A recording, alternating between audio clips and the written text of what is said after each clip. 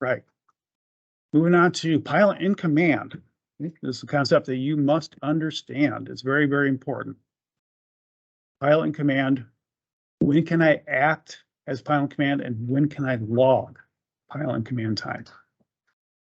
Two different concepts here. All right.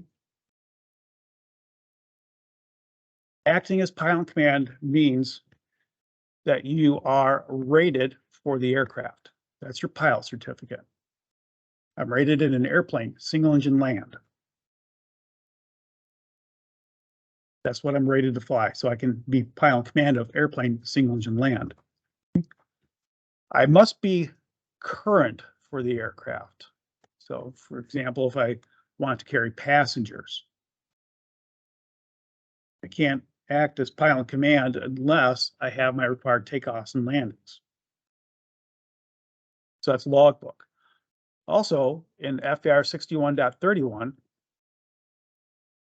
FAR 61.31 lists different types of training requirements for different type of aircraft endorsements. So we look at the high performance endorsement. That's an FAR 61.31. Complex endorsement. Tailwheel endorsement. And high altitude endorsement.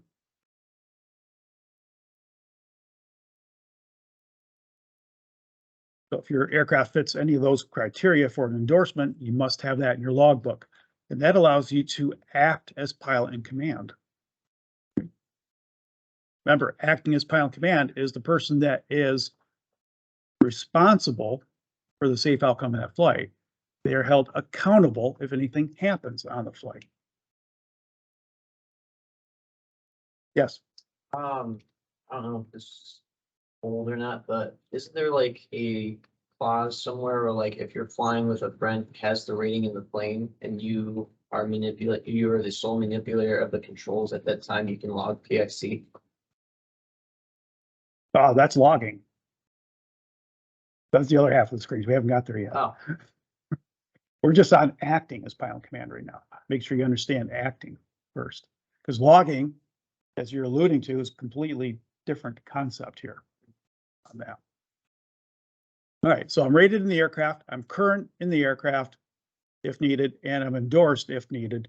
I can act as pilot in command. I can be responsible for the safe outcome of that flight. I can be held accountable by the FAA for decisions or outcomes made. So if you're team riding with somebody and you're in the team rider seat as that safety pilot and you have assumed the pilot in command responsibility, if there's an airspace violation, the FAA will then talk to you. Even though you weren't flying the airplane, you were safety pilot, you were the pilot in command. You are the one held responsible for the outcome of that flight. But that does lead us into now the other half of the screen here with logging pilot in command time. It's a completely different situation. This is not stating that you were pilot in command. This is just stating that you have met the eligibility to log the time as pilot in command. I don't make the rules up, it's the FAA, okay? In order to log something in the pilot in command column of your logbook, you must be rated for the aircraft. Now, you could be the sole manipulator of the controls. In other words, you're a pilot under training, or you could be designated as pilot in command, such as you were indicating as a safety pilot. Right? So those two situations will fit the bill. So a safety pilot who's accepted pilot in command responsibilities can log that time in their logbook, even though they're not flying the aircraft. So let's make sure you understand these concepts here. I got a couple of flow charts in there. I'm not going to spend too much time on these, right? But to help you get through the upcoming assignment, I recommend you look at the logging pilot command flow chart and the acting pilot command flow charts. Okay? They'll help you because you're going to be having to decide what flights you can log or not log PIC.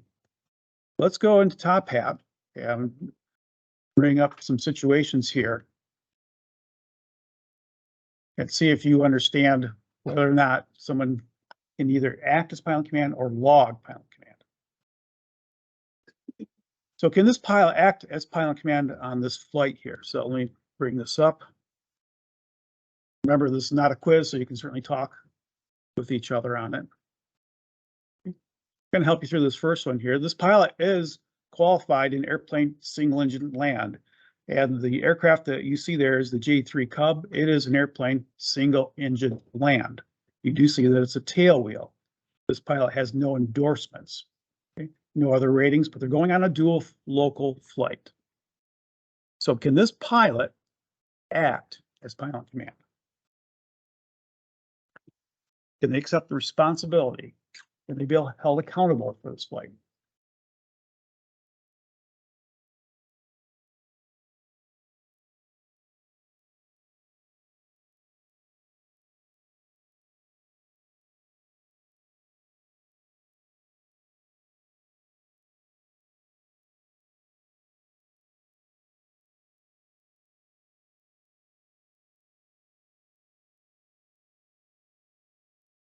Just waiting on one more.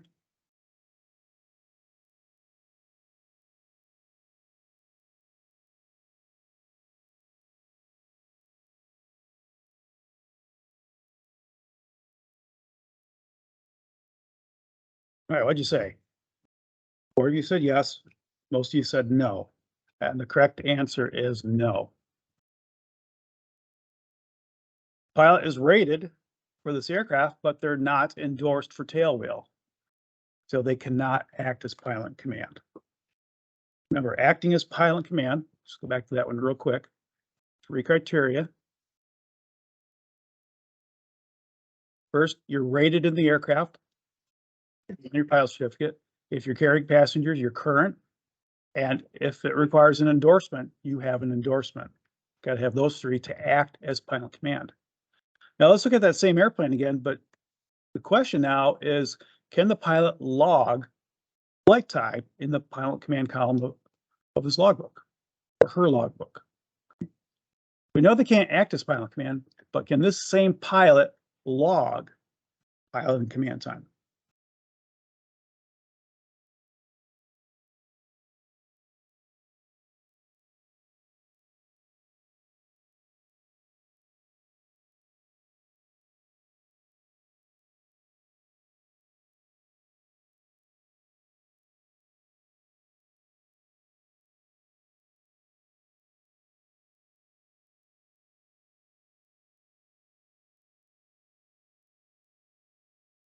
Yeah.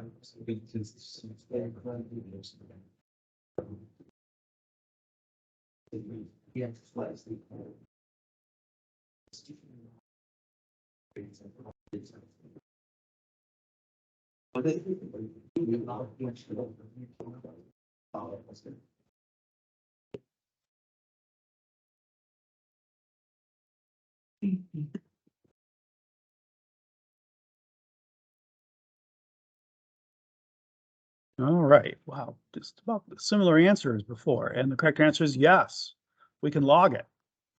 Remember, you just have to be rated in the aircraft. This pilot is sole manipulator of the controls because it's a dual flight. They're rated in the aircraft. So they're going to log it in the PIC column. Remember, just because you're logging it in the PIC column does not mean that you are the acting pilot in command or that you are even capable of being the acting pilot in command. Right? I don't make up those rules. That's the FAA for you. Let's try another one here. Can this person act as pilot command? Can they be held responsible for the safe outcome of the flight? This pilot is rated airplane single engine land, flying the Piper Seneca. 2 engines, retractable gear, movable flaps, 225 horsepower engines.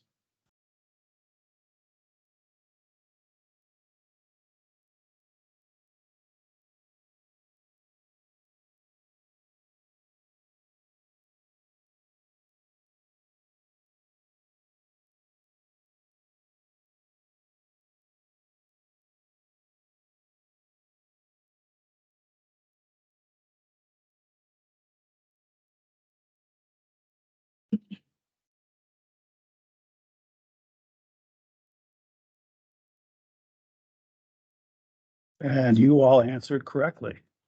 Pilot is not rated. Very good. All right. Now, same pilot, same airplane. Can this pilot log the flight time in the pilot command column? Same pilot, same airplane.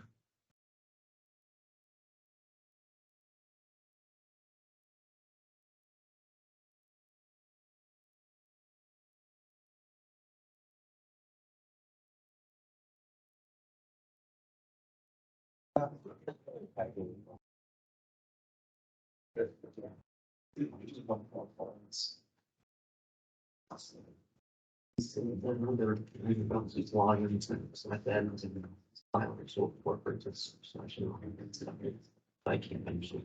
All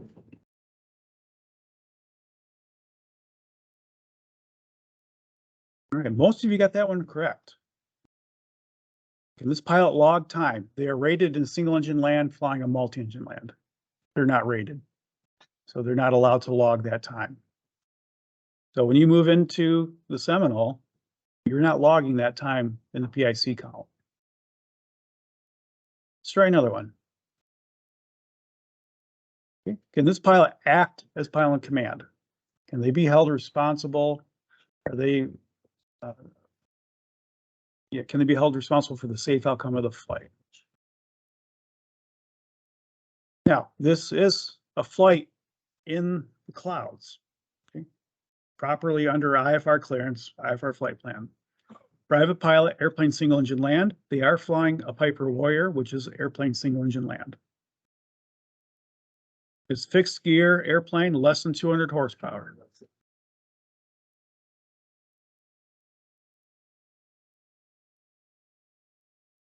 So this pilot has a flight instructor, properly rated flight instructor on board.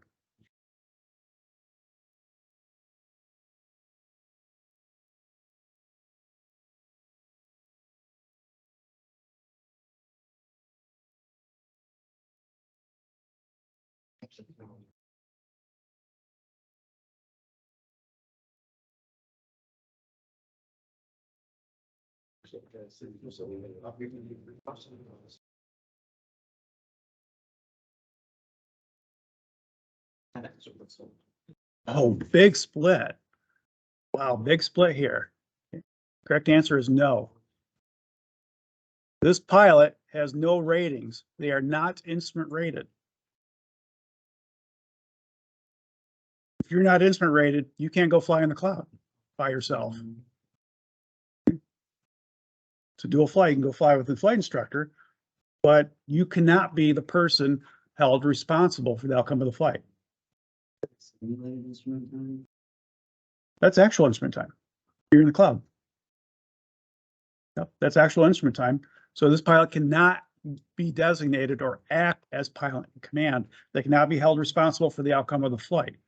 That's why the flight instructor is there. Now, let's look at this from the other perspective. Same flight, same pilot, same aircraft. Can this pilot log the flight time in the PIC column? We know they can't act as pilot in command, but do they qualify to log it in the pilot in command column?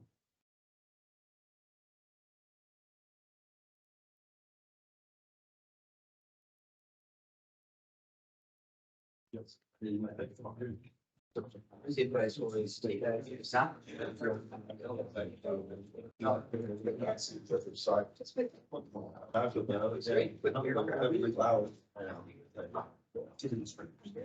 But not recorded. Yes, yeah.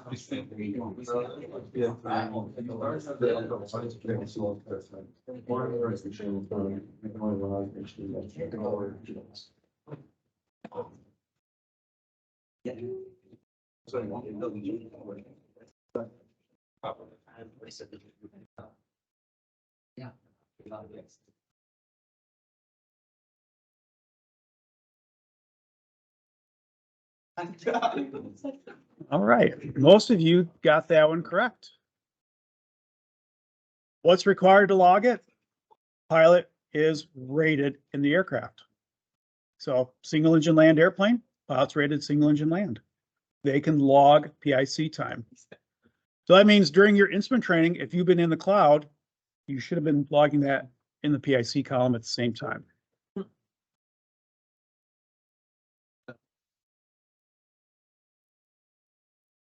Move into night.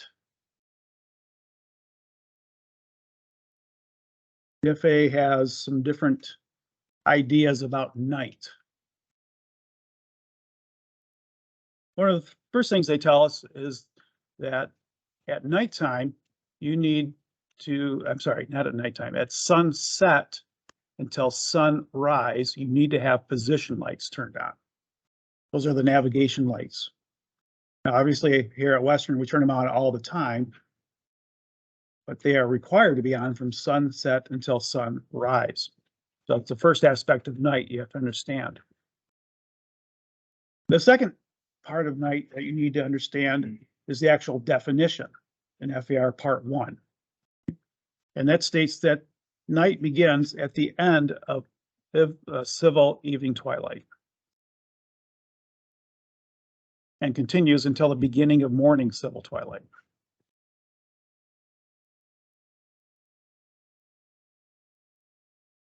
Yes. Easy place to find what time that is. Through various sites that have that capability. I think even ForeFlight lists it for the airport.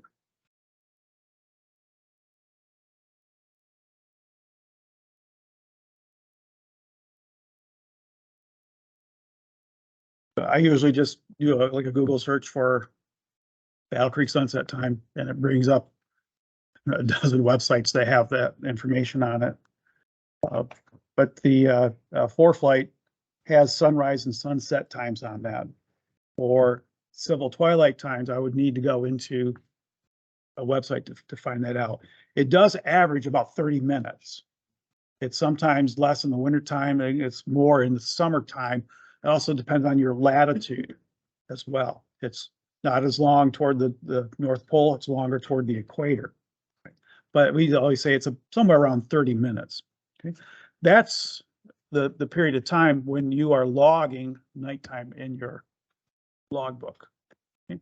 Now, the other period of night that the FAA wants you to know about is when are you legally allowed to carry passengers? Okay. And they're stating that 1 hour here from the sunset time, you must be current at 1 hour from sunset. Okay. And that extends, that period then would extend until 1 hour prior to sunrise. So that means there's this interesting block of time right here, up to 59 minutes past sunset, but beginning when at the end of evening civil twilight, right? That's technically night time, but you don't have to be current. So it is an FAA test question, and the answer would be you have up until 59 minutes after sunset to get on the ground if you're carrying passengers, if you're not night current. So keep that in mind, because at 1 hour, you must be current. Okay, let's take a look at some night questions here in Top Hat. So question is, when does nighttime begin? Okay. You're given sunset and end of civil twilight. When does nighttime begin?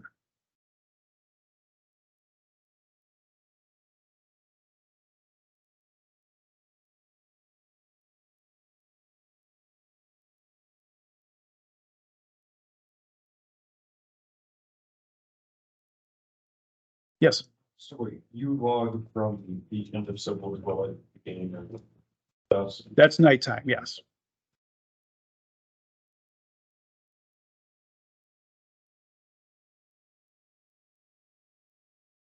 I don't see any stuff.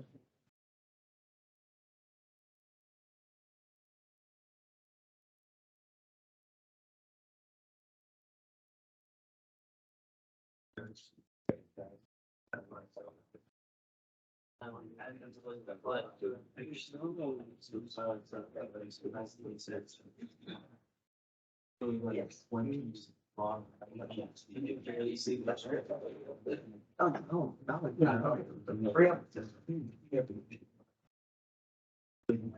It'll look like it closed.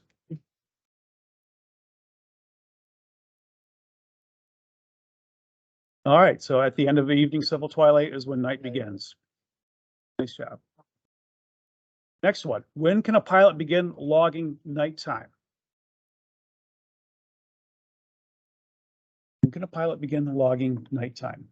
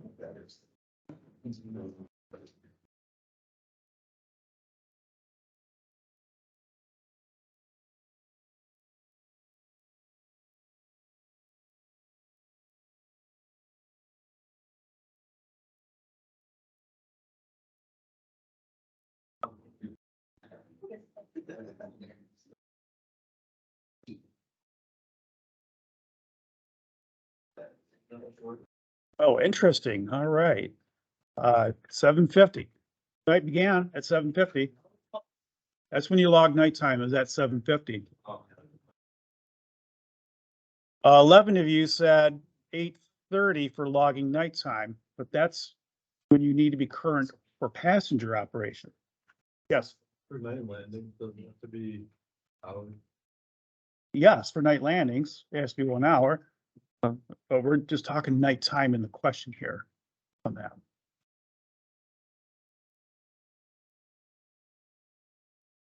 All right, when does a pilot need to be current for night carrying passenger operations?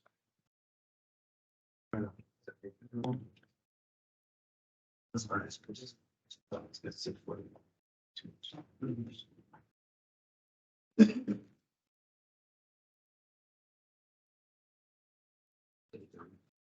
Yeah. What's that?